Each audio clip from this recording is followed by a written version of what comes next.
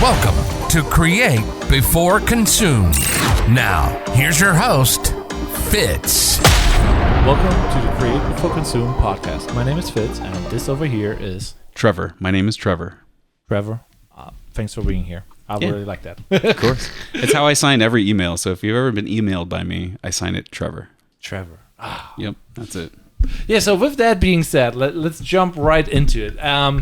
We're hanging out today, and we're kind of catching up with what's going on this year and just in general. And we talked about all sorts of things. And first off, I like your new dress and your new look, or not dress, nude look. I like your fashion style. Thank you. Yeah. A very lovely lady who's in, I'm going to guess she's in her 60s. I don't know if I should be doing that on a podcast, guessing somebody's age like that. But she told me very nicely that I really needed to upgrade my look because she really likes me, and she's pulling me into a lot of different things. Yeah.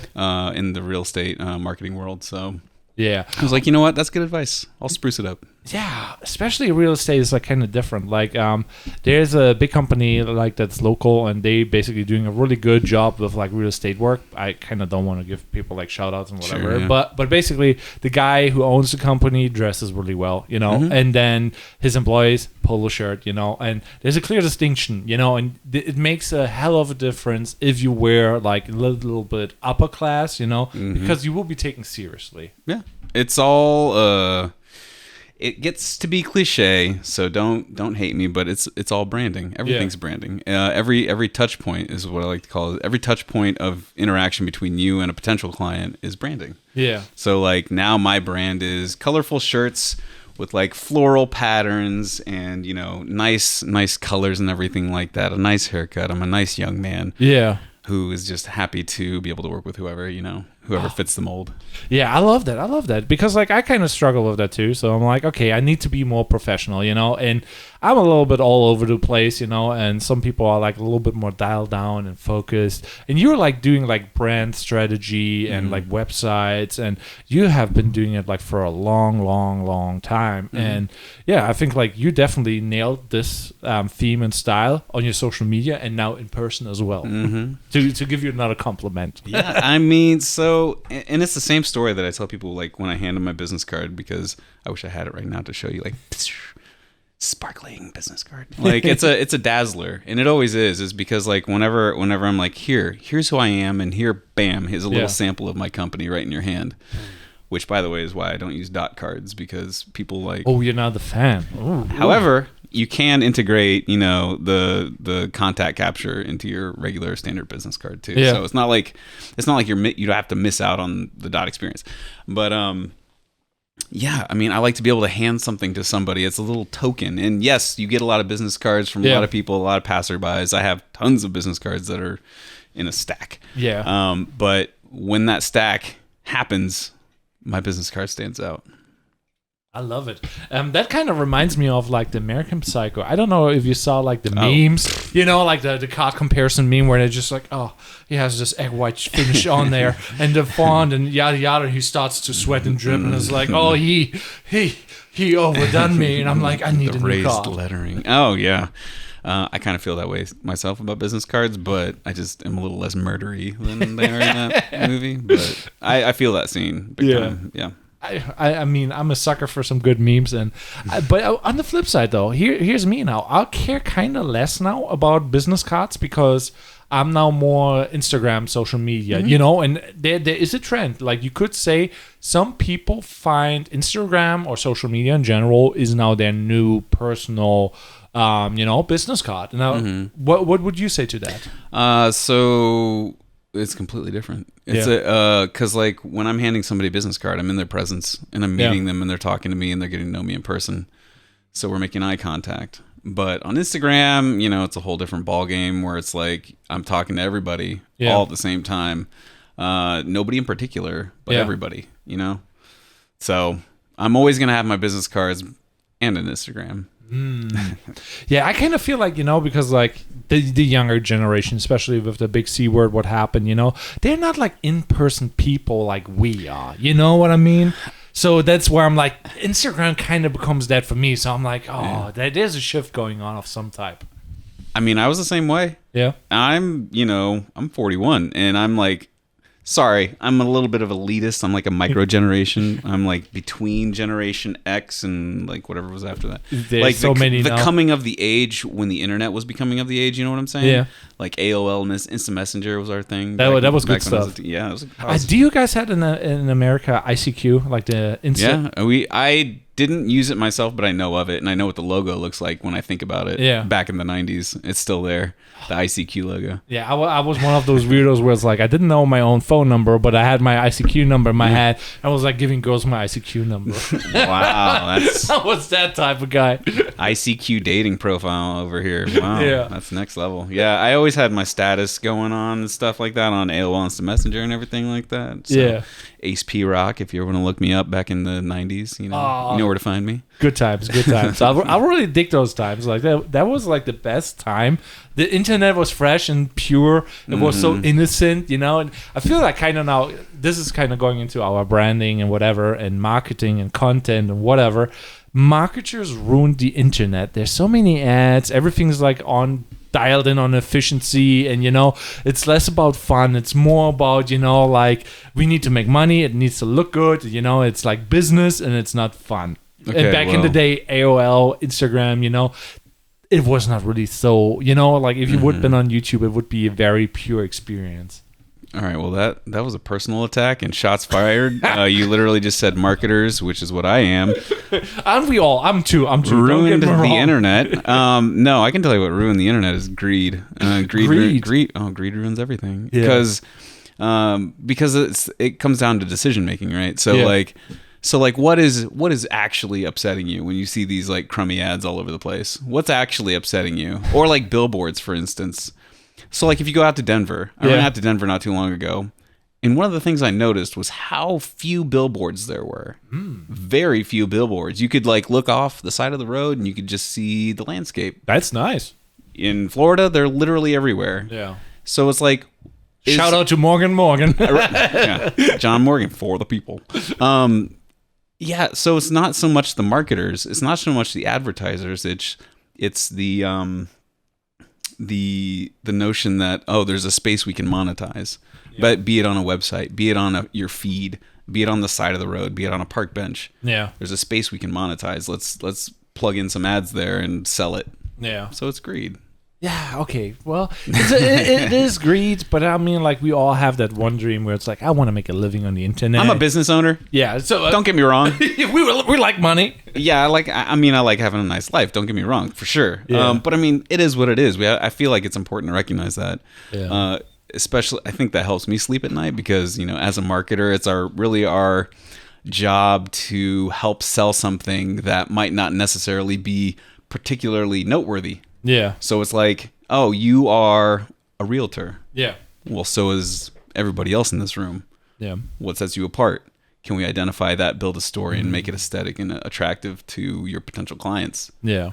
So now I'm putting a label on you that's selling you more.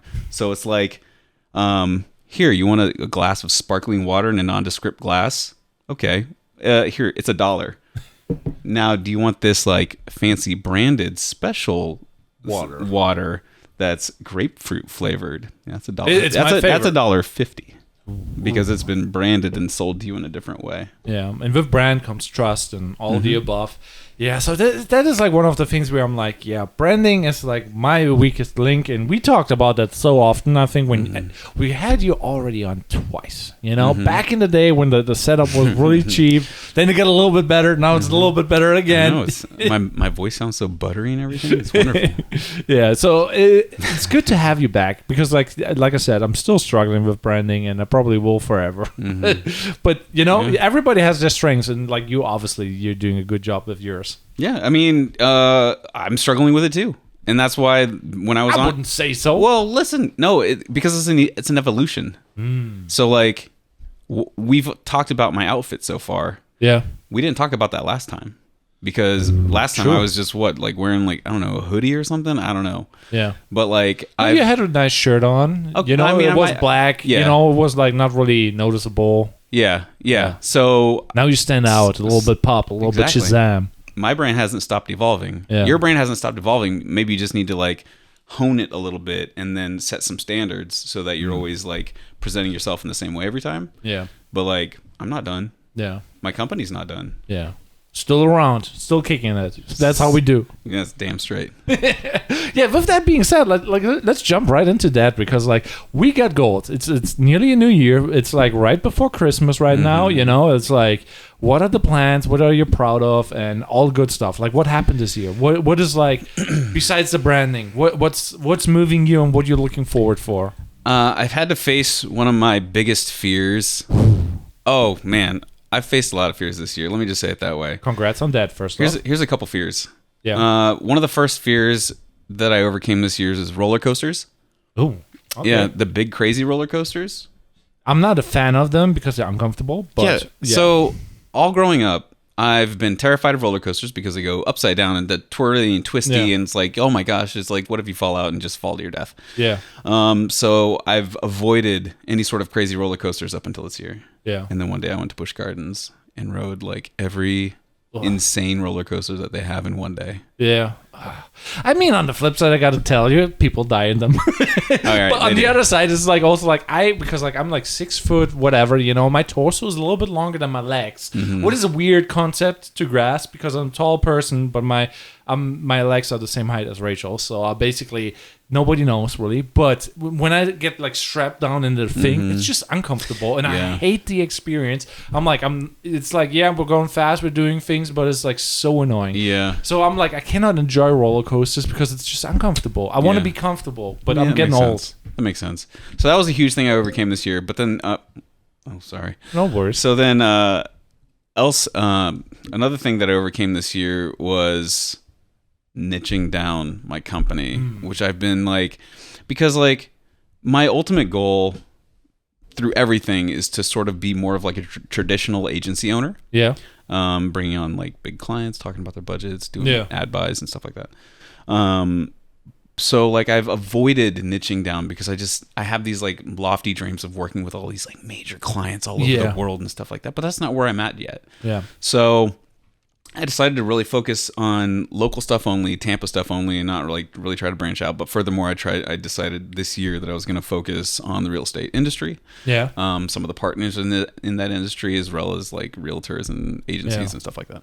I mean, like right now, it's actually an interesting time for the real estate agency side of like videography, photography, whatever, or even if you're like a realtor in general, because interest rates are high and they're basically getting their butt a little bit kicked right now. So it's like kind of tough to get in, but it's also the perfect time to be like, okay, who's actually doing good, you know, making the right connections and doing the networking part when you want to start on something. You know, it's like it's the best to start in a bad situation and then it gets better and you're already adapted to the worst. You know what I mean?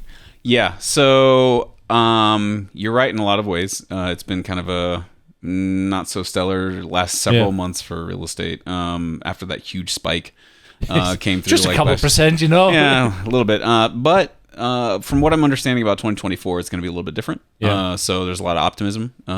So there's going to be a lot of actions. So I would just say, and I say this to some people, like, be prepared. Yeah. Position yourself and be ready. Yeah. Oh, that brings me actually, what is a segue? Positioning yourself in the industry where you want to, you know, dominate, rule the world. You got to do some networking for doing that. Yeah. And you actually invited me the last time when we saw each other to a casino night, and you did a really good job in like the whole networking thing. And what were your networking moves, my man? You actually, you know, you what are my networking moves? Yeah. You basically went to like all the events and you're just like, how did you find them and how did you get started? So it's just like when you start networking, a lot of the people that you start to meet will be part of like other networking groups, and they'll kind of like suggest other things and other things that you can do. I'm a big time introvert. This is another thing that I avoid. This is another of my fears that I tried to face here in 2023 was personal conversation with people and meeting them for the first time and being like pretending to be an extrovert in you know, like these public settings and like, oh, this is who I am, this is what I do, let's talk more. But I've been doing it, and it, just like the roller coasters, it's going fine, and I'm making a lot of new friends and acquaintances and business partners. So it's going crazy. And 2024 is going to be nuts. Yeah. So you basically position yourself basically through networking to meet the right people, be in the right rooms, and then will be considered for certain opportunities. And I think like networking, highly underrated. Everybody's doing social media, but like the in-person, that's a different network, Yeah, and it just. The only thing I can say to most people is like I'm a part of a few different like networking groups. Yeah. Some are free, some are paid. But like just be willing to admit to yourself if one is not working out. Yeah. If you need to cut ties and let it go. If it's not really bringing you anything, or if you feel like maybe the vibe just isn't for you and you're not bringing anything to it, be willing to let it go. Because I noticed that one of the things is I'll start to meet people and make friends. And then it's like, well, I've got these friends. I don't want to I don't want to just like hop out and say see you later. But I'm also running a business, and my time is very important. So I have to be able to measure that.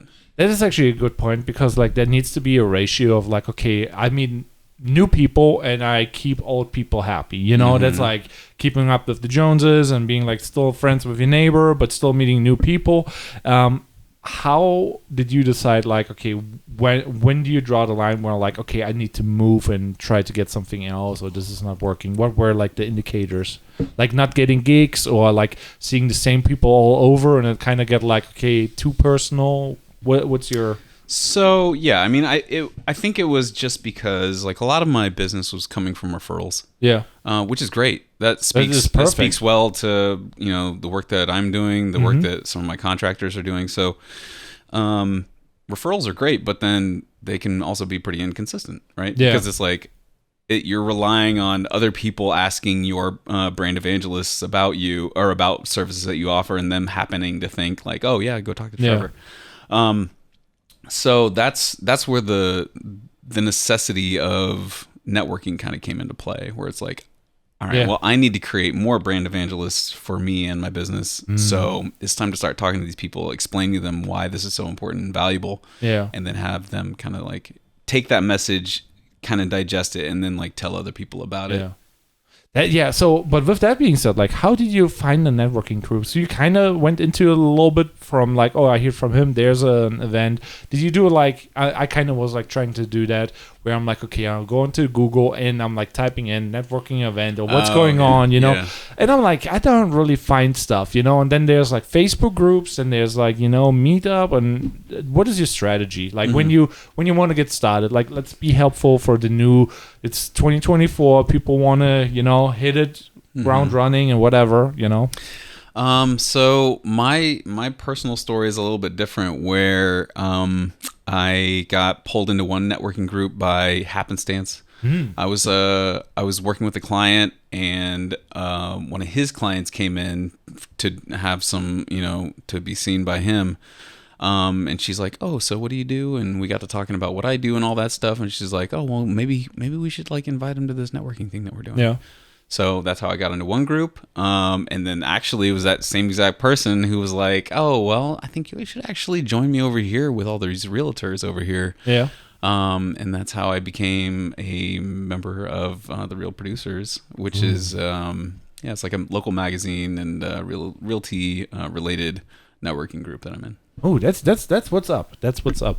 With that being said, like you mentioned also, like there's paid networking events, and I have, like I have my, okay, if I have to pay for a networking event, is it really worth it? I usually say no, but it can be, so don't get me wrong.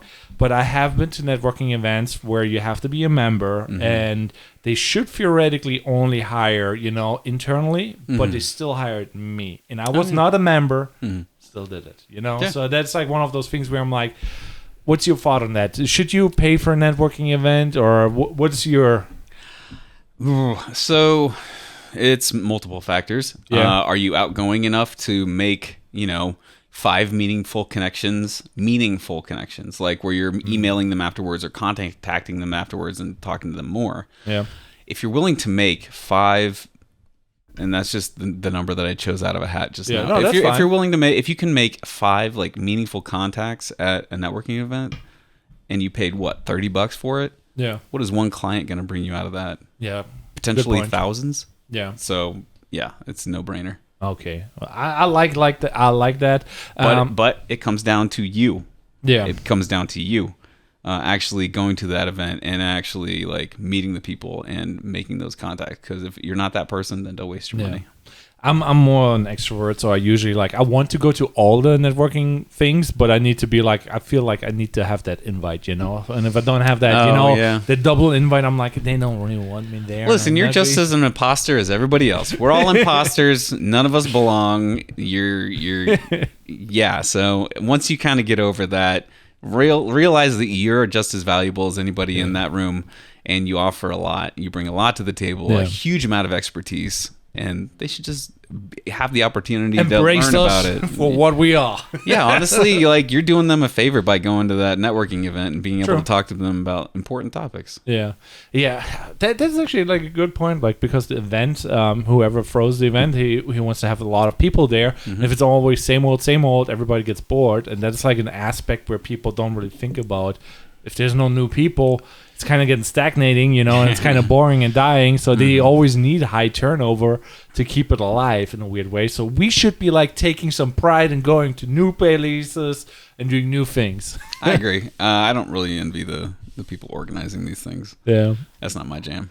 I was actually thinking about hosting an event because back in the day, I think before COVID, I threw some photography meetups, in Boyd Hill here, and met up with 20 people, and we winning out and shooting some photos, I'm I kind of want to do that again, Yeah, so that's a really cool idea. I went to one. Yeah. I went to this. Which one did you win? So there was this this photographer on Instagram who I follow, and I'm not going to say his name. He had shout outs. Yeah, I'm not going to shout it out because it was a negative experience, especially. Where it's there was this call for photographers and models to kind of come out, but it was a negative experience because of myself, right? Because all these photographers and these models out there shooting in this kind of open space, and you're supposed to just kind of go around and meet people and shoot with other people.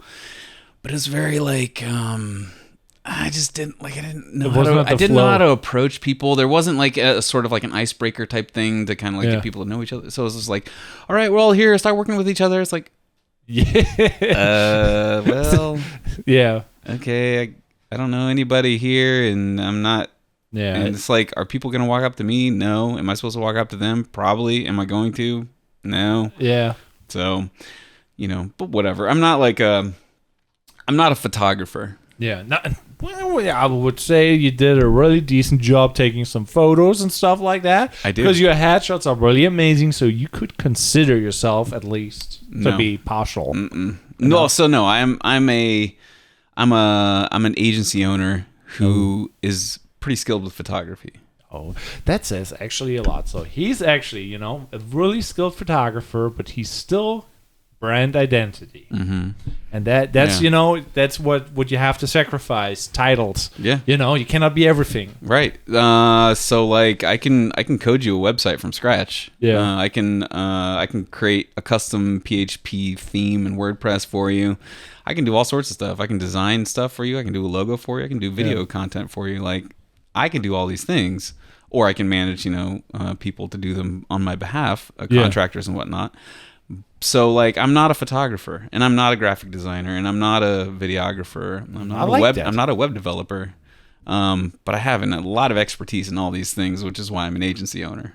I like that. So we transitioned, we evolved, and oh God, that's such a good thing to do because most people don't really think about that. They're they always want to be the videographer, and I'm gonna film it and do the work, and then you don't really make more money, and you're just you burn yourself out, and then there's the world of pain in front of you because now you do that for 3-4 years, and you same payroll, maybe more consistent, but not really bigger or better. Right. And you know what the real problem is? What? It's a branding problem. It's a branding. It's a branding problem because it's because when you wear all these hats, and this is sort of a rut that I created for myself because it's I wear all these hats and I built all these expertises in all these various categories. Yeah. They're all related, luckily. Mm-hmm. But once I built up all these expertises, I'm not a photographer. So if that's your thing, then stick with that one thing and do that thing well and brand yourself accordingly. I am Trevor, the awesome photographer, and this is all my awesome stuff, and that's what I do. But since I wasn't doing that, and since that wasn't all I was bringing to the table, I was like, what am I else? What else am I? Bigger picture. I'm a branding guy. Yeah, so that is very powerful because like I kind of struggle with that, you know. Am I a videographer? Am I a content agency? Am I a content creator? You know, am I a podcaster? Am I like a YouTuber? You know, what am I and what do I want to be? You know, and then I do like video work for clients and stuff, and I'm like, I'm just doing my stuff, and I really don't put titles out there. And I'm like, oh, am I a producer? Should I go to the producing thing? You know, I'm like, I don't even know, and I don't even, you know, that is my thing. Like, I don't know what I am and like my why and what I'm doing. So I'm like in that self-discovery phase where I'm like, what am I? Who want to be? And you know, well, I feel like that's a good goal to. That might be some good things to nail down as you enter into 2024. What is your why? Who are you? What is your brand? And what does it look like? Because what you described to me is that you're basically a content agency. I don't think you don't have like a business like set up or anything, right? I do have an LLC. You do have an LLC. Yeah, I have an LLC. I have everything, and I do charge for like certain services. Okay. And since I do like a lot of, you know, I started podcasts. I do podcasts for other people. I manage live streams. I manage YouTube's accounts and whatever. So I do a lot of stuff, and I edit and film. You know, so I do a lot of things. You know, and I would love to outsource and hire other people, but I need to, you know, have the lead generation a little bit more efficient. You know, that more traffic comes in, and I'm like, okay, I always hire this guy because I like this guy, you know? Yeah. No, I feel you completely. But I feel like you're describing yourself as a content agency. Okay. You don't have to, you know, offer every single service under the sun. Like at the same time, I don't sit there and tell people that like, oh yeah, you need a live stream, I can set that up for you.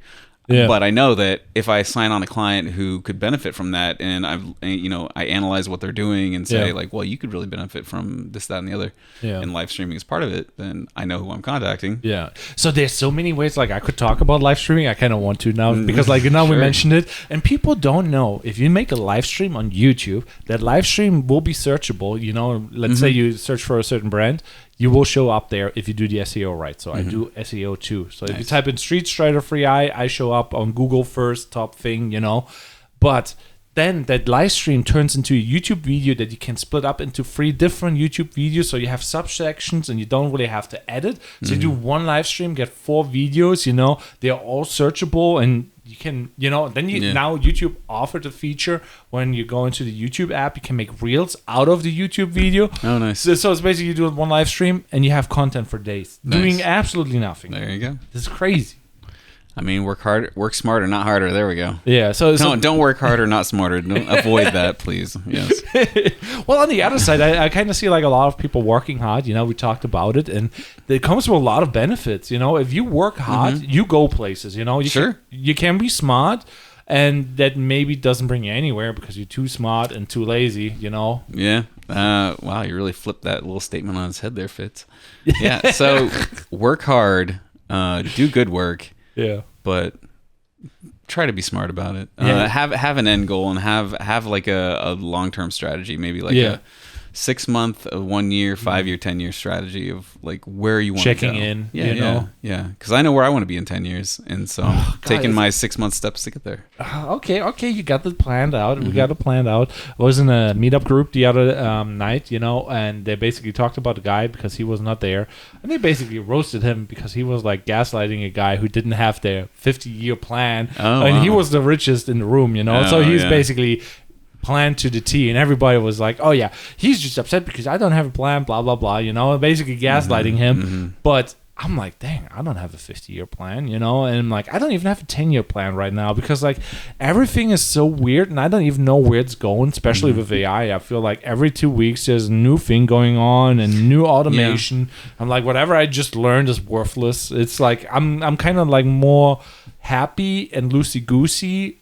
But also that comes with the issues of like, this is not the right thing, maybe, you know? Uncertainty, and the path will waver a lot. If you're always kind of looking for the path that has like a shining beacon at the end of it. Whereas if you put a flag in the ground and say, or let's use a different analogy, right? Yeah. If you look at the mountain off in the distance and say, within 10 years, I'm going to climb that damn mountain. Yeah. And you look at the peak, you know where you're going. So like, yeah, the paths that you might take along the way, and especially going up the mountain, they're going to be pretty tough, and unexpected, a lot of twists and turns, but at least you know where you're heading. So like having at least a 10-year like snapshot of what you want to look like in 10 years will at least give you that vision to like head in that direction. Yeah, I kind of, like I said, I kind of struggle with that because like obviously that sounds very nice and easy, but if it's like, okay, in 10 years I want to have like, you know, 1 million subscribers, I don't even know if like YouTube still will be a thing, you know. It's like kind of like questioning, will this mountain still be there because AI is around? Well, if it's not, then you're going to be in the same boat as a lot of other people, and you can being the smart one in the room, you can at least make the pivot in the direction you need to go in a timely way. I like it. So much wisdom. I like it. With that being said, so how is 2024 going to be with you? What is like on your agenda? What are the plans? Obviously, you positioned yourself already with the real estate market and making connections. What else do you see coming, and what is like the game plan? Since I made this like major commitment with my company this year, next year is going to be just like pedal to the metal in that direction. I feel like it's a pretty good decision that I made. It's going to narrow down a lot of my business. I'm eliminating a lot of distractions, and eliminating a lot of conversations that are not going to be in that direction that I need to go. I know that's sort of vague, but like I'm getting a better understanding of who my ideal clientele is, and they're getting a better understanding of who I am. Yeah, no, I like that. So what do you plan on like actually like providing for those people? Like what are the service that you're like, you know, if you're a real estate agent and you're looking now, listen to this podcast, or you may be watching a reel, like what are the services that you could provide or want to provide or planning to roll out, or you know, what's on the agenda? So you know, it's all going to be visual for whoever needs it, but it's like we were talking about earlier, the glass of water versus the so it's still the branding. It's still it all goes back to branding. It always goes back to branding, because it's like, you know, if you're a person or a business, right? You're offering that service, product, whatever, right? Without the branding, you're just another thing. You're just another object in the room. So so if I hand you a cup of water, it's just a cup of water. But if I hand you a cup of water that says Dasani on it, it's like, oh, well, it's Dasani water. It's the worst water. I would not even drink it because it's salty. Sorry. I mean, I know I'm going to lose all my Dasani endorsements now, but I actually don't like Dasani at all. It tastes weird. Sorry for that. I don't want to throw you under the bus. But at the same time, you would not be surprised for me to charge extra for it. Yeah. Because it's branded. Yeah, of course. Because they put all that energy into making you believe that it's worth more. Yeah. And yes, that in that way, marketing is deceptive a little bit, but it's also, you know, helping people to stand out among their competitors. Okay, so basically you will provide then for like real estate agents and companies in general, like a brand overhaul. Do you plan on like providing video services, photos and stuff like that? Because you have experience with that. So, and we talked about gear, and I really like the gear that you showed me. I'm like, I'm got a lot of gear here in the room now. So what I tell people in summary is that we offer all the major pillars of marketing and branding. So we'll do things like design your logo, redesign your logo if it was, because I've seen a lot of unfortunate logos that look they were done by like a cousin or a brother or something. So we'll prepare your logo for like to scale your business appropriately, to get it ready for a larger market. Create a branding guide to go with it, of course. And then we'll work on things like if your website is up to snuff. If it's not, we redo it. And if you're going to redo your website, please don't put a bunch of stock images on there, because your average user knows a stock image right off the bat when they see it. Yeah. So a photo video shoot to go with a website redesign, those go beautifully together. And then from that same video and photo shoot, what do you get? A bunch of content. Yeah. So you can kind of kickstart some of your content that's going to be freshly branded. And then from then on, you start doing monthly content. Yeah, so it's basically like the whole package in a way. So that is really good to do. That's like a, dialed in process. And, that is the thing where I'm struggling, because I have real estate clients, and I had like physical therapist clients. I had like chiropractor clients. I had everything, But there's, everybody wants video, and I'm doing a little bit in everything in video. So where I'm a ADHD with like a lot of connections, doing a lot of weird things, what is my strength, but also my weakness. Yeah, you're the guy with the lens. And fortunately, you have like a fun personality, so I think it's pretty infectious, so that you kind of are remembered when you work with people or meet people. So at least they remember the Fitz experience. And plus your name is Fitz, so it's kind of unique too. So you have a lot of your own personal branding that you're probably not even thinking about. But because like I said, every single touch point that you have with anybody matters. It is true. First impressions. You can't have a second one, right? Yeah. So like whether it be that business you card, could have your first bad one. you can always have a first bad impression and really shoot yourself in the foot. I don't recommend it. Yeah. Consistent good service is what creates a brand evangelist for you. Yeah, I love that. With that being said, like we kind of also talked beforehand about something where you're like, oh, you got like your gears grinding because we were talking already. We were not sure if we're doing a podcast. We were not sure if we're doing just a couple of reels, but we were like, okay, let's roll with it. And I was like, what are we talking about? What's going on in social media? And I'm like, Elon Musk, and he is like Twitter. So what is grinding your gears about the whole Twitter ordeal? So can you remind me what's the name of the website that Elon took over? What was it called? Twitter. X and Twitter. It's every time that it's brought up ever, it's never like, oh, did you see that thing on X? Yeah. No, he literally took like a well-known, beautiful brand with a beautiful logo, by the way. Yeah. Design nerds love it. But he took this whole built-out brand and just like was like, I'm just gonna flush that down the toilet and replace it with just an X. And now it's like anytime you refer to it, it's like, oh, X, formerly known as Twitter. Yeah. Because it's like he changed it to the dumbest thing ever. It's an X, and we think he's a genius because he's a billionaire. But it's like, no, he's not in that regard. Sorry, not a genius. Not very dumb move. And just look at the valuation of Twitter. Yeah. I'm sorry, X. Yeah, for the proof on that one. Yeah, but with that being said, though, like on the one side, it's like also like brilliant marketing because we're still talking about it because it's bad. Oh, something is so bad that it's good again. It's a kind of Austin Powers. It's still bad, but we're talking about it. It's discussing a nice, good train wreck right in front of our eyes. Yeah, that was a beautiful thing. It's a beautiful thing. Sorry, not a fan. I really used to enjoy a lot of what Elon Musk was about. Like 5-10 years ago. Yeah, what was he doing? Like it was just like it was Tesla. More like Tesla stuff. And SpaceX came, I think, around. Yeah. And I was like, I'm a big fan of the SpaceX. Actually, I'm a huge fan of the fact that he popularized electric vehicles as much as he has. I mean, that's great. Yeah, I'm all about that. Man, let's blast some rockets off. That's cool too. Yeah. Putting a giant hole in the earth, government funded for special Tesla access, and what was it? In Vegas? You mean boring or whatever? Yeah, boring. Like.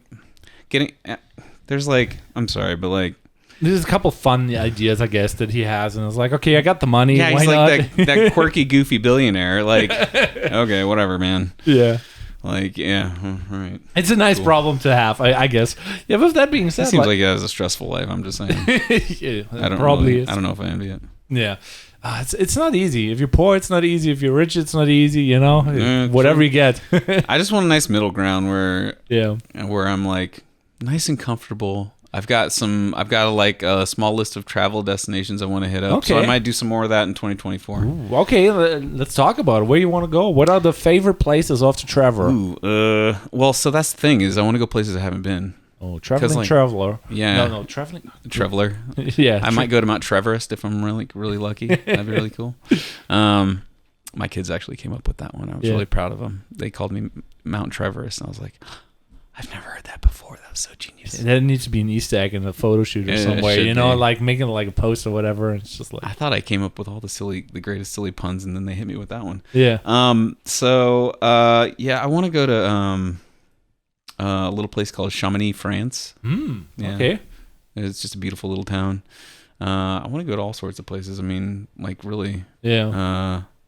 Just places that have nice terrain. Yeah. The mountains. I want to hit up the West Coast. I've never been to California. Yeah.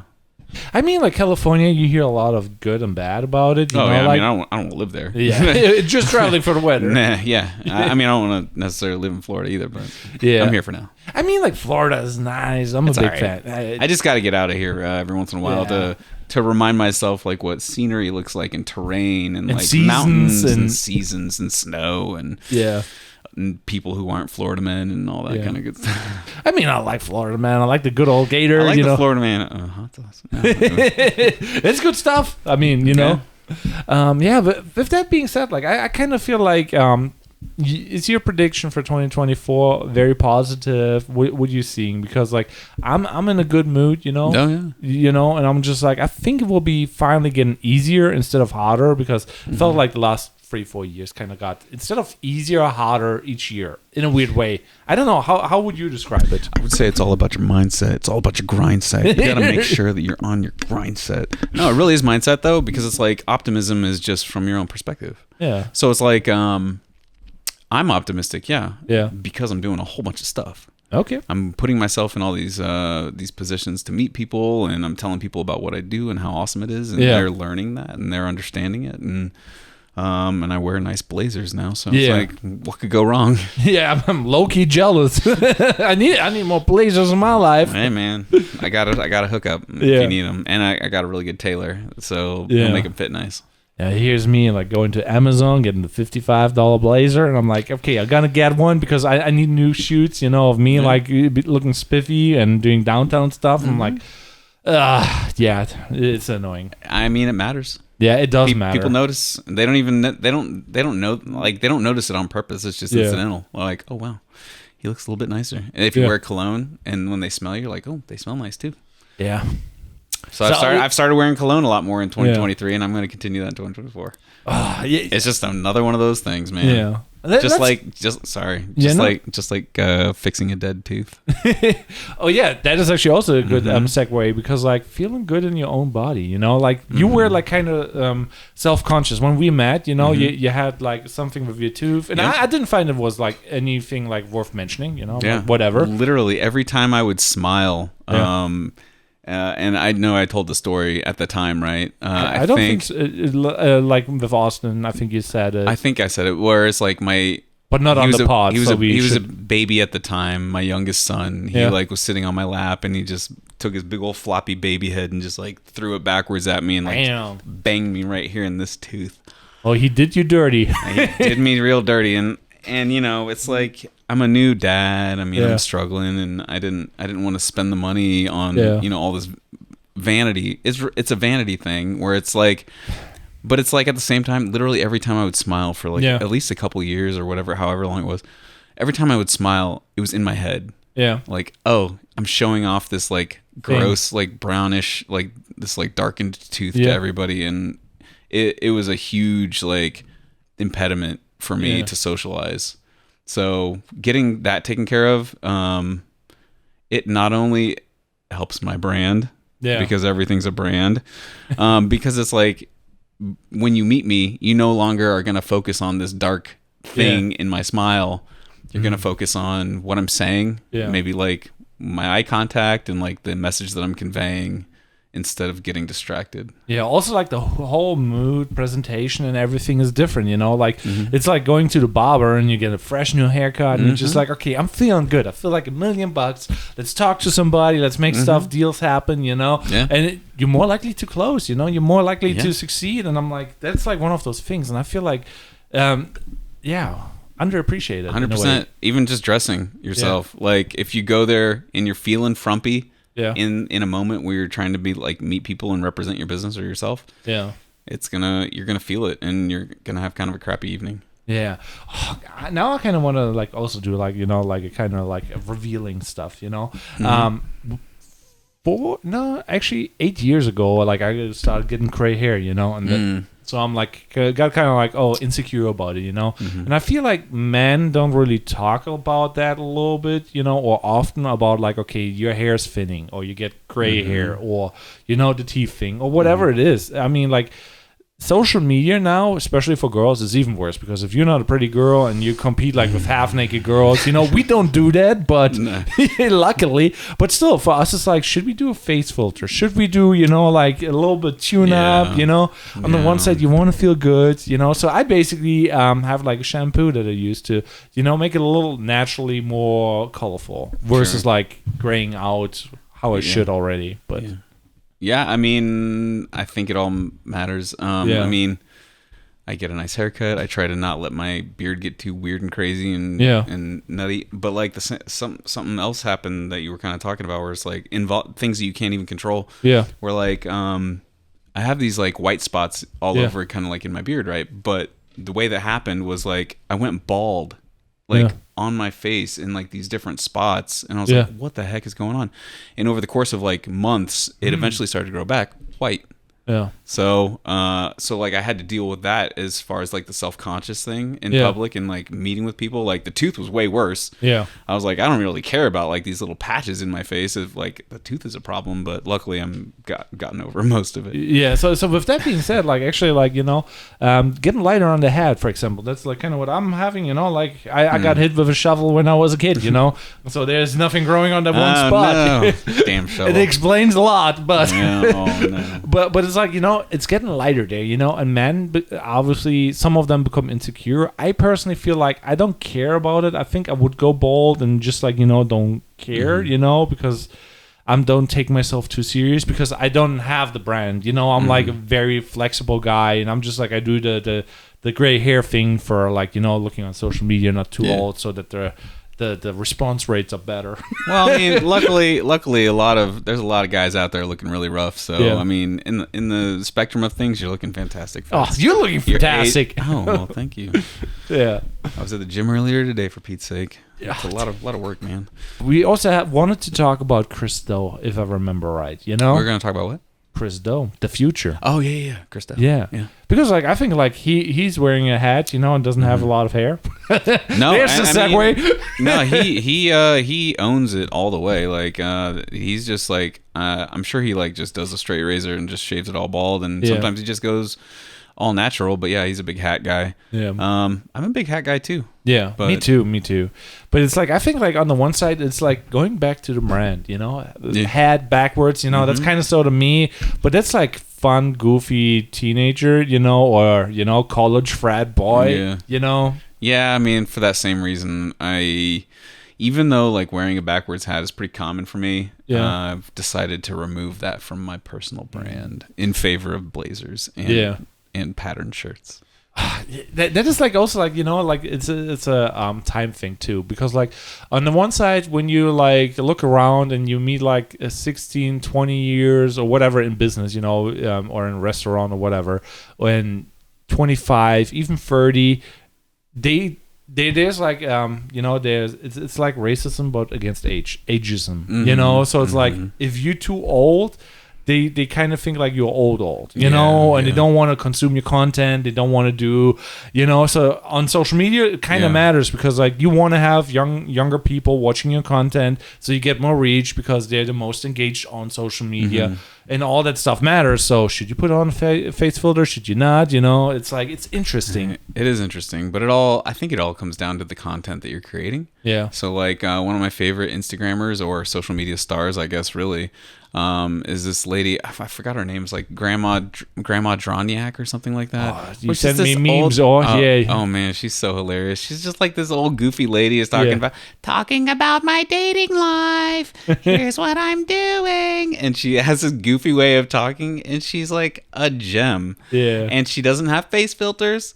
She's just a grandma. Like I'm starting to love like all the grandmas online, just like being like owning their grandma selves, and it's just delightful. Yeah. Oh, you gotta watch out with that, Hey man. Not that you're running away, starting your life with granny. Oh man. I mean, I think the lack of having my own grandma alive at this point anymore like gives me just that extra like love of like a nice grandma. I mean, like, I feel also like social media in general is kind of evolving back to the like, we want realism. We want like, relatability. Yeah. We want like real people, not like filtered e-girl, whatever, face filter guy, whatever. Good. If it's too clean and if it's too polished, we don't like it because we feel feel being sold to, Yeah. But if it's a little bit rough around the edges, it is not perfect, it is good. Yeah, no, I agree completely. Hopefully there's like a whiplash coming, or is in effect right now, where it's like the next generation is just like, get this like overly filtered garbage out of my life. Yeah. Like a next generation, hopefully, that like prefers reality and realism. Like, it's the same reason I do minor touch-ups on photos, but I don't go crazy. I don't do like, frequency separation and like make people look like perfect. Did a burnt face kind of sort of on all that jazz, and it's like, yeah. I mean, and that was just a personal choice, just because like, yeah, I do have wrinkles. It's true. Especially in my forehead. See them? Yeah. I mean, like as a man, we're like fine wine. The older we get, the better we're looking. We become foxes. We cannot say that about the girls, sadly. Oh. But I mean, like you like granny, but so wow, you can. That's a spicy take you got there.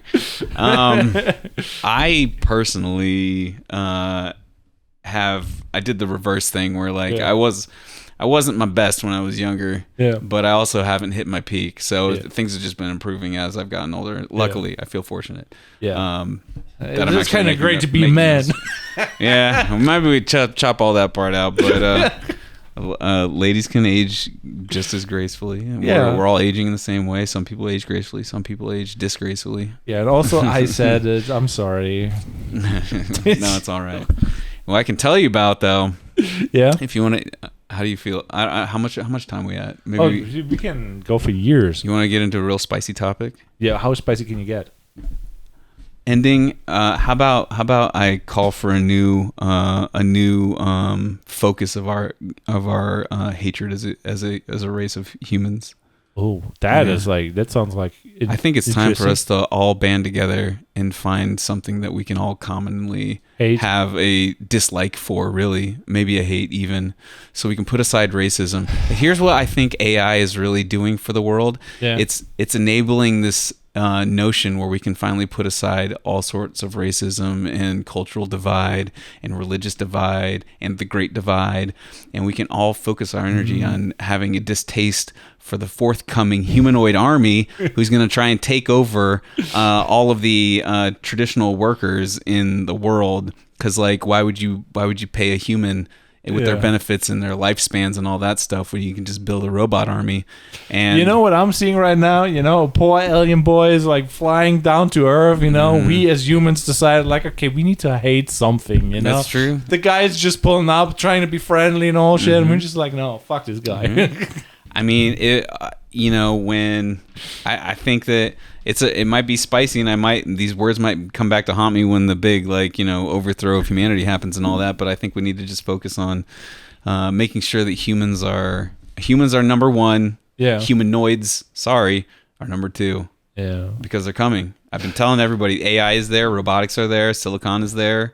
The realistic humanoids are here. You can go on social media and you can be fooled already. Oh, yeah? Like there's so many 60, 50, maybe even 40-year-olds who don't know that girl that they're like simping to is actually, Isn't that wild? Yeah, wild? Some people don't have good eyesight. How would they know? Exactly. And then there's filters on the phone too. Yeah. And if you don't do like the filters, you don't even know that this is available. And you're like, dang, this girl looks really amazing, and like, no, she has a filter on. Totally. It's scary. Yeah, no, it goes every which way, and that's and so like people like you and I who are maybe like a little bit more savvy, we can like look at that, we can tell, but then like at the same time we get fooled too. Yeah, for now. I'm saying for now we're able to detect it, but yeah, we can be fooled too, and I'm sure as time goes on and it gets more and more and more realistic. Yeah. How are you gonna tell? Yeah, so my favorite actually about that is the collapse of the internet. That's what is my conspiracy theory. Wow. Like, it's not really conspiracy, but it's like my theory that I have. Yeah, collapse of social media and the internet in general. What does that look like? So right now, there's already agencies out there who selling you AI chatbots. So they will do outreach for you, and they text and talk like you would, same phrases. Your friends will not be able to know that it's not you because same style. The only reason how they could check is like if they have combined memories with you, Right. So then they would figure out like, hey, this is a chatbot, and they obviously trying to close and do deals, and they follow their path, but it's still with small talk. Now it's outreach, and also what is incoming will be managed. And that's already happening right now. So that alone will be like, okay, if I chat with somebody, I don't even know if they're a real person. Yeah. So what I'm doing, if I chat with a bigger person, I'm like, hey, are you real?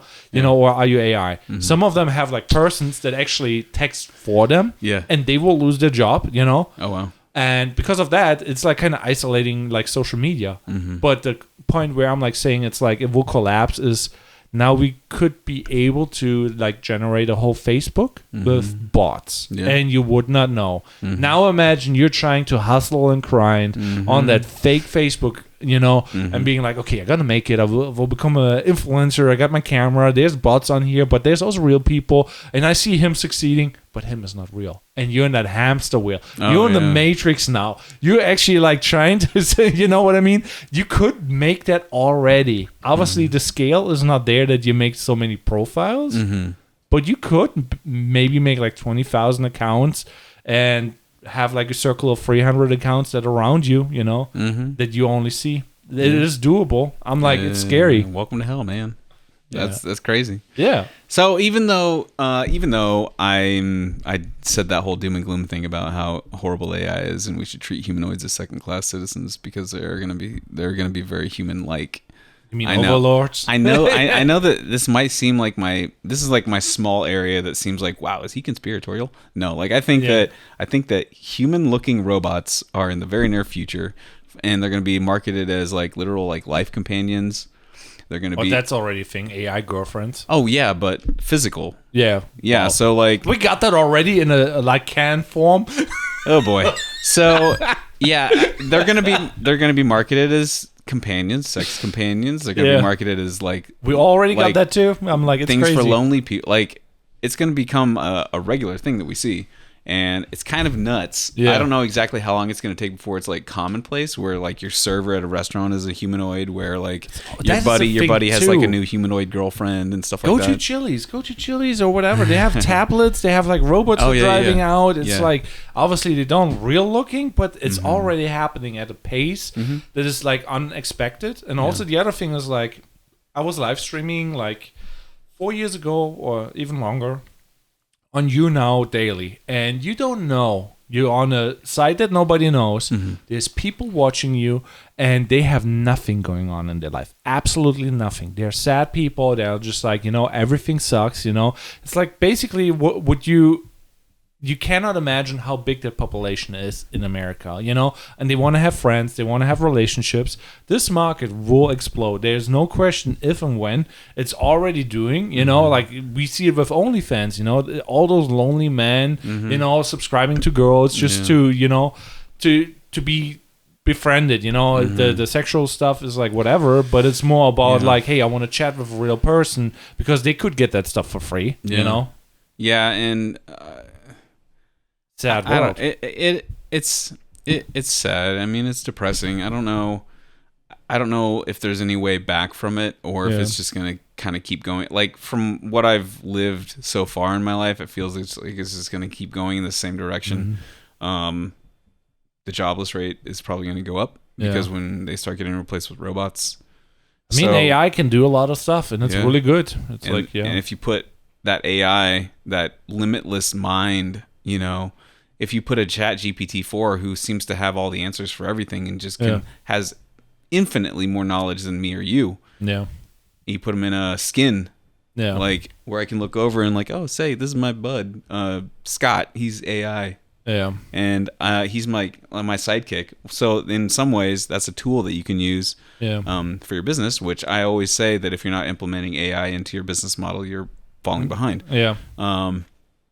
So yeah, AI. Definitely a great tool, but also understand what's going to happen. Yeah. At least from my future prediction standpoint, which I'm not optimistic. Yeah, I'm neither. So on the flip side, you know, like it's like a weird concept because like you have done that. You actually, you know, you cloned yourself, you know, and you tried to copy and paste yourself, you know. Obviously, it's not the same. You kind of have to train them. It takes time till they grow, you know, and basically having kids. But with ChatGPT 3, it's like copy paste, you know, and they're already at the same level as the other AI, you know. So you want to have better AI? Easy. Just like train it and it becomes better, and then copy and paste, you know, or build a new bot. And it's like, it's becoming very scary because you cannot do that with humans. Humans are just like, we're doing the same dumb stuff that we did like 400, 1,000 years ago. We're not smarter in any way. The only thing we have right now is like we have things that collected all our knowledge, and we got trained on the knowledge that we collected, but we're the same intelligence, and if people are like, why do we do like, like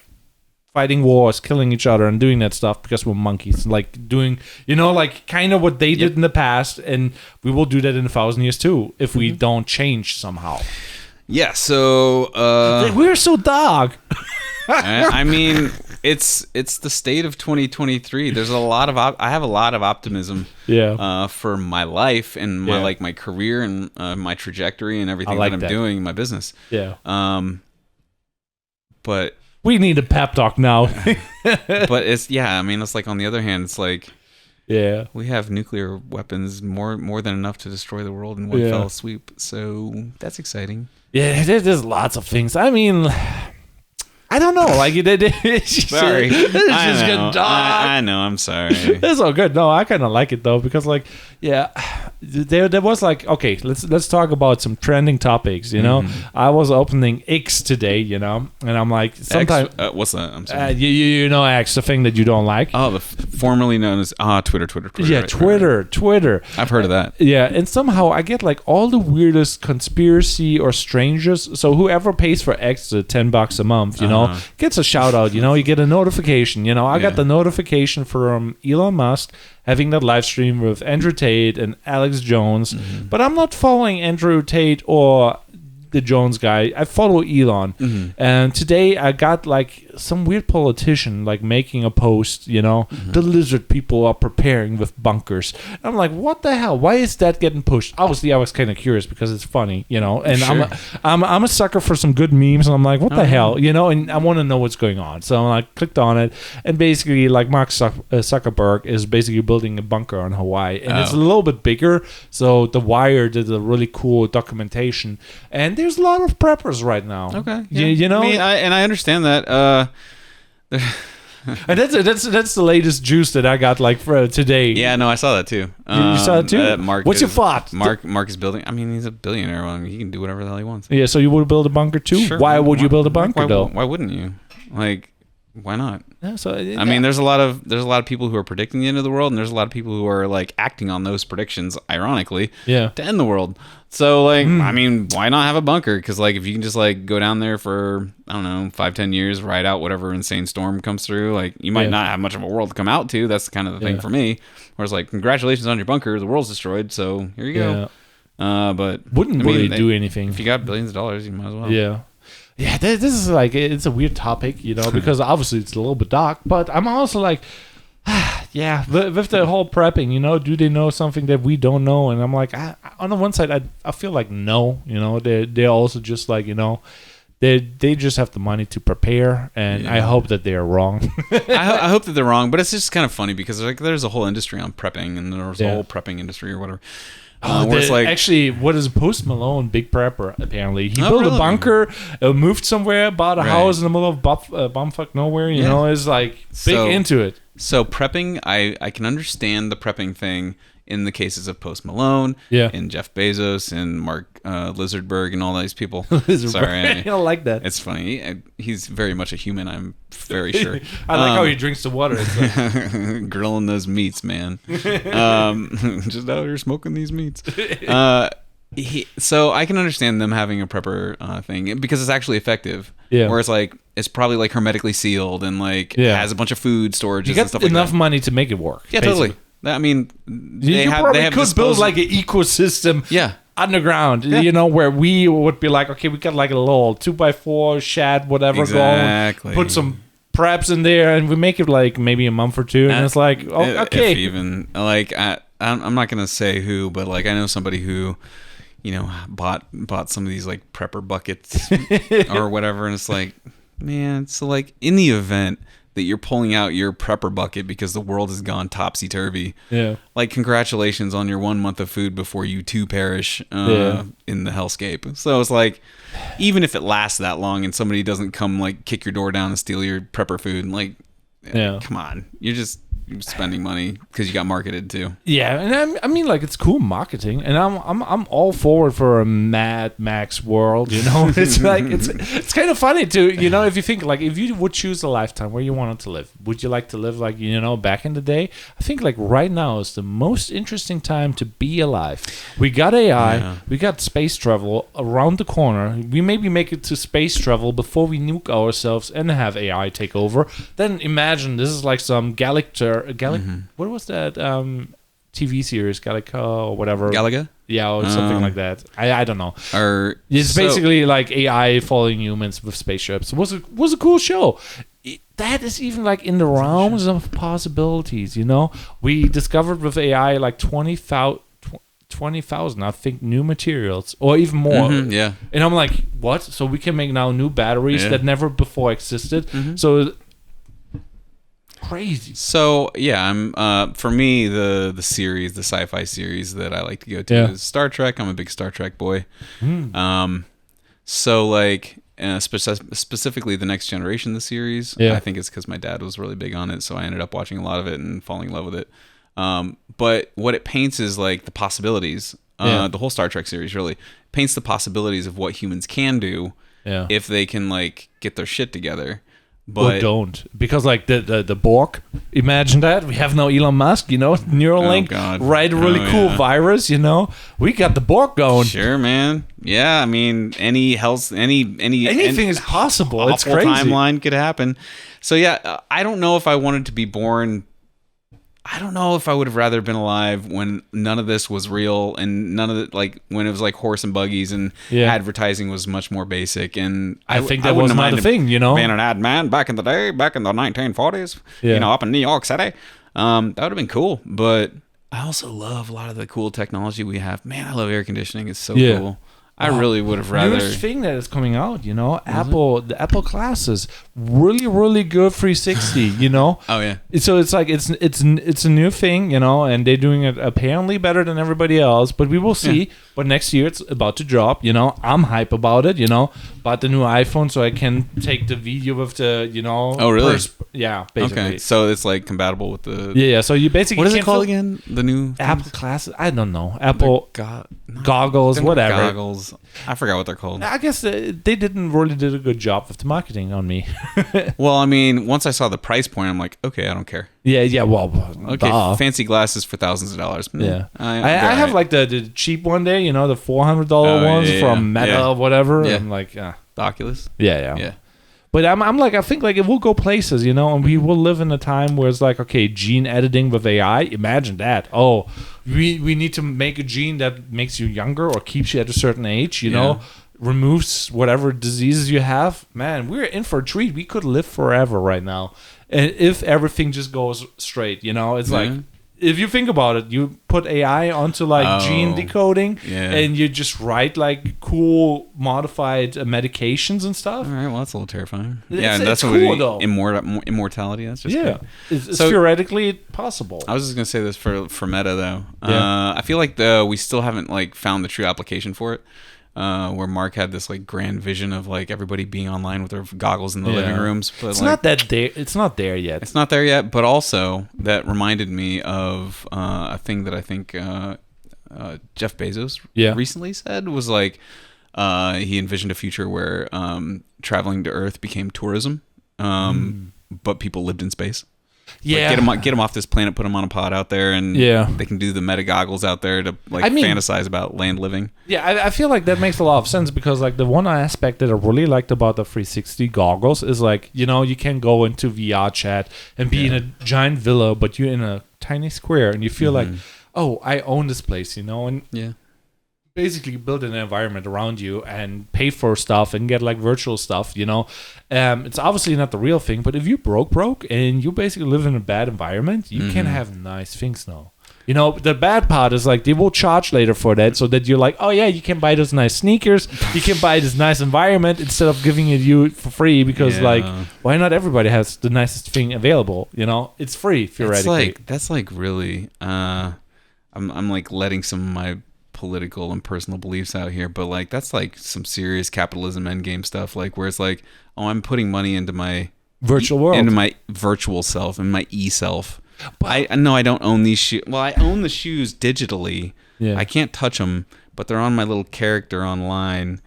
But like, because here's the thing, I've been there. Yeah. I've put money into like characters in a game or like that. What was it?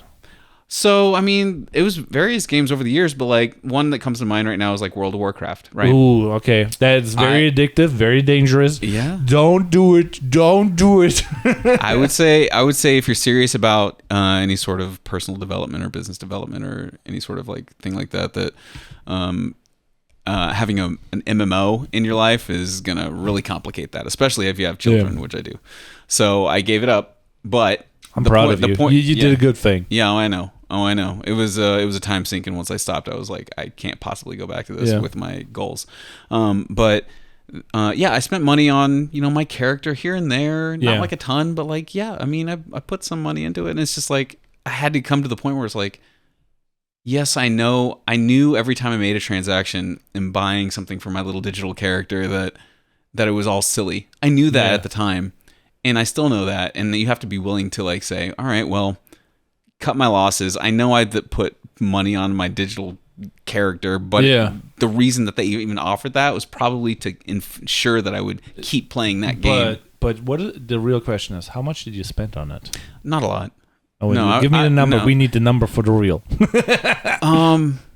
I mean, like 20 million. So, like, the subscription was where I spent the money because it's like I forgot how much it is per month. It's like they charge the subscription for like just playing the game. Yeah. Then the microtransactions and so like I paid the monthly fee, which is normal, and then I paid for the expansions as they came out for a while. Yeah. But then every once in a while I would get caught up in like not caught up, but like they would come out with some like this special little thing for like $5. You can buy this cool little thing for your kitty character that flies and you can ride from A to B and whatever. And so I did that like a couple times, but it wasn't like a lot. Yeah. I didn't put a lot of money into it other than just the subscription. Would have been such a good reel though.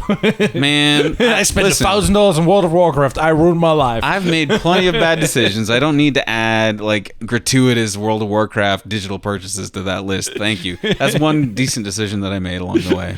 Yeah. No, I mean like I've been a big gamer. Like actually.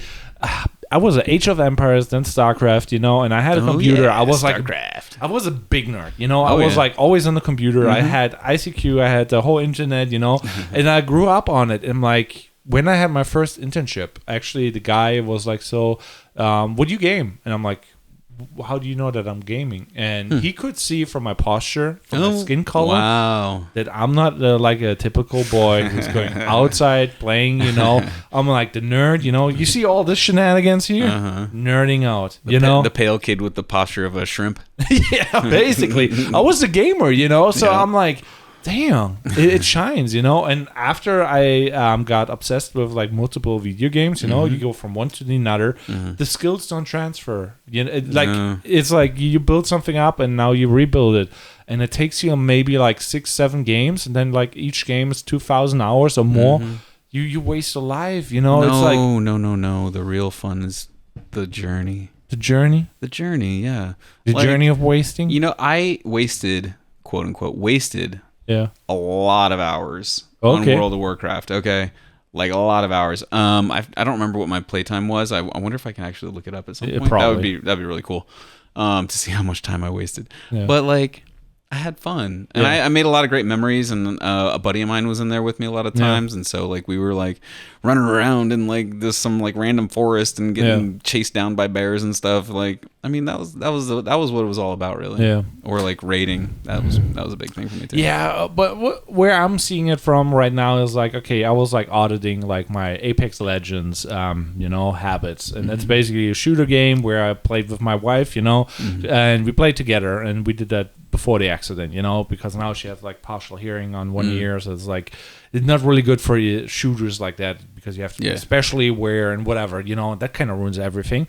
So we gamed this game, and I put like I think like 5,000 hours in there or 2,000, it was pretty good, but I'm like, okay, if I would have spent that time on my business, imagine like a drone license, maybe 50 hours, 200 hours, right. And I'm not actually asking you this question, but like feel free. when you think about like, what do I charge hourly? Yeah. And how many hours did I put in that video game? How many hours? What would that have like come out It's to not if I even got about- paid for it? Yeah, think about like it from a different aspect. You know, you obviously charge hourly, but it takes you time to develop the hourly hour. You know, the new website, the new project that justifies a bigger price point. You know, you need to build that. So basically, you're not upgrading your main character. Costs you more money. You know, than just like working the main character at a low level. Yeah. You know, now is the main character at a low level and could have been a higher level. So it's like how do you call it? Percentage on percentage. You know. The opposite from like the real estate problem right now, the interest. It's like you know, the interest on interest, you know, like compounding interest. Compounding interest. Yeah, Okay, so that's gotcha. what I mean. You know, that would have been crazy. You know, you got to calculate the compounding interest of wasting that time, not the hourly. It's not that. It's the compounding. Well, the best time to have made that correct decision would have been before you did all that. Yeah. But the next best time to make that decision would be right now. Yeah, well, right now everything is uninstalled. So here's me, There you go. no fun, you know, just grinding, doing things. Yep. Being a real adult. Oh God, You're a isn't boring it fun? Boring ass adult. That's right. Yeah. Man, I used to go to like punk concerts and like metal concerts. Ooh. Well, I mean, I guess I could still go to electronic shows, but whatever. Yeah, no, I don't like that. I like that side. I of yours. almost- did not know. So okay, we can take you on some concerts, me and Rachel. Oh, yeah, heck because yeah, man. Yeah, Rachel's like a little bit metal alternative, man. you know, and Yeah. me too. I'm all over the place, but yeah, more in that That's direction. my roots. That's my roots. Like big time metal, hardcore, punk scene. Yeah. I got to see the Spotify. Add me on Spotify, so I can. I need to get on Spotify. I'm a SoundCloud user currently. Currently, yeah. That's like some bougie stuff right there. Like if somebody is SoundCloud on is not bougie. SoundCloud, What? yeah, it's like Spotify's snob bougie. stuff. You know, it's like you have like LPs. You know, like the big yeah. discs. You know, I'm not listening to CDs or MP3s. I don't know. It's the discs. Oh, that's SoundCloud. That's SoundCloud. Wow. So I like SoundCloud because it's fresh. That's what I'm But- saying is underground. It's so fresh. Oh yeah. You No, I see? mean it's cool. So I have like a lot of great artists like discovery and stuff. Yeah. Emerging artists and stuff like that. But at the same time, it's a trade off because now I don't have like these nice libraries of like Daft Punk discography on hand and like all of my like favorites from different genres on hand. Just like, libraries of the music. I don't have that. Damn. It sucks. So that's why I kind of need to get on Spotify. Yeah, that kind of goes back to another thing that just happened. Like Sony was revoking, like for a bunch of people who ever bought like DVDs and whatever, they just revoked all the rights. So you bought a DVD with Sony, it's gone. You got it in the cloud, gone. No, really. So real ownership is like a thing that you have to cherish. I feel like now more than ever, if you can buy a physical product, be it a print, I feel like prints are completely undervalued. Like Prints? Yeah, prints, Oh, pieces, yeah. all that stuff. You do some cool prints, and I'm like, stuff needs to be like bought because like everything is gone, and if you don't have it physically, you don't get reminded. This is true. This is why I have an Etsy shop. So if you want to find me, Trevor Creative on Etsy, you can. Yeah, but it goes so much farther, because like I said, Sony just removed the rights, and now you don't own anything, and you invested in it. Yeah, everything's like perishing. We're all slowly deteriorating. No. We got Until AI. it's all over. It will be never over, and I will live forever thanks to AI. Once we can finally upload ourselves into the great database. Then Oh, we'll just Elon live is on working forever. on it. That actually is another super spicy, horrible thing that I don't want to see is that, like, we can train your loved one into an AI model, and then once they're gone, you can still talk to them because we have their voice and we have their likeness and we have their thoughts and how they present themselves, so you can literally talk to your loved one forever. Somebody's going to market that, and it's going to be sad. Yeah. And I don't want it. Yeah, talking about like your thoughts, Facebook and like the whole AI pattern learning and whatever, how it works. It learns like the human brain, but it is really good with patterns. So you can train it in a way where you can like, okay, your brain is firing a neuron, when you see a cat. No AI knows like if this pattern is approaching, you thinking about a cat. And apparently Facebook was coming out with like their own like mind reading technology that is actually pretty decent. So you can think about a sentence or think about an image, and AI can like basically show you what you were thinking. And it's very accurate. And you can have like basically build a whole sentence, write a book or whatever. And it works. What is scary as hell. So now I'm like, oh, your thoughts are not anymore safe. And that is already like, this is already happening, is already in the news and whatever. So if you want to and you have intrusive thoughts, it's like maybe not the right thing to have and to play with and subscribe to.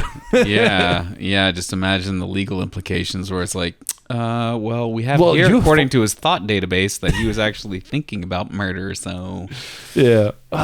It's kind of weird, you know, because naturally we are humans, you know, we're kind of the, you know, monkeys murdering, whatever, eating and being friendly, loving, whatever, but we have all those characteristics, you know, and we have good and bad thoughts. And I'm like, this will be such a doozy with like the neural link, with the mind reading, with the, you know, and that's not things that are now conspiracy because they're physically, you can Google it, see how the project is going, and it's like, it's scary. I'm like, I don't even know, you know, like obviously when we talk to our loved ones, we say stuff that we mean, but sometimes we have like thoughts that we don't say, you know, like, oh, why did you do the dishes like that, for example, you know, but that's a soft one.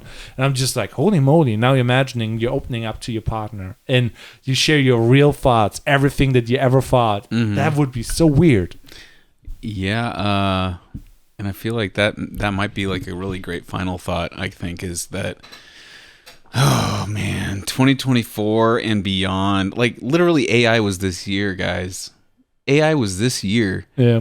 That was huge. Like 2024 and beyond is going to be nuts, and I have no idea how it's going to go, but my goal is to make the best life for myself, my family, and I don't know, be a happy guy and kind of do some good in the world while I'm here. Yeah. I don't know how this is going to unfold, but I'm going to try to make it a good time. Yeah, I'm going to enjoy it. I'm going to, you know, hang out there when the nukes are landing and sipping my drink. Hell yeah.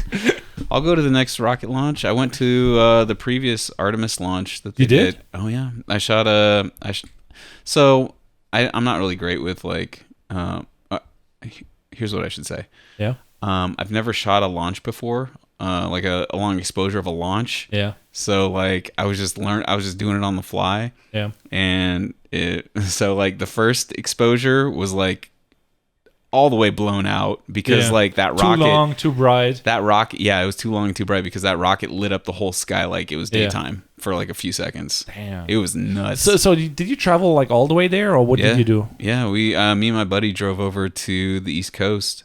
Over to like Cape Canaveral, yeah. You can see the rocket launch from the the pier, you know. Like I've never tried that though. We should do that. I would be game because like I also did like a whole vlog about like, you know, seeing the Falcon X launching for the first time, and I think that was like 4 years or so. I don't know which spaceship it was, but it was like Elon's thing, and went all the way up, and we drove there. I did a whole vlog and whatever, and I'm like, that was a cool experience. I'm like, I felt really like momentum for humanity, you know, like such a cool thing, you know. And now we're just like apparently they launched like over 5,000 satellites, and I'm like, that is a number. I don't even know how many rockets that is. Wow, that's nuts. You know, I just realized this isn't even on.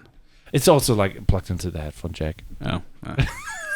I think it has to actually be on though to be working. But oh well. It's all right. I got the backup here, you know, so it doesn't really matter. That totally is like throwing like a stick in the conversation, just like, oh, by the way, this doesn't sorry.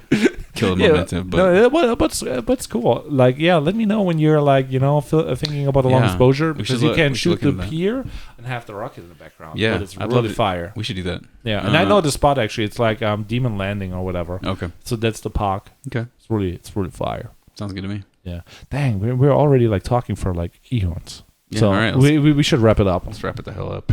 Yeah, so we're here. Oh, yep. So thanks for watching the Create Before Consume podcast with Trevor Creative. Still, that's me. Yeah, that's right. Yeah, so still kicking it. We never give up, and obviously your host Fitz. Thanks for watching, and see you guys in another one.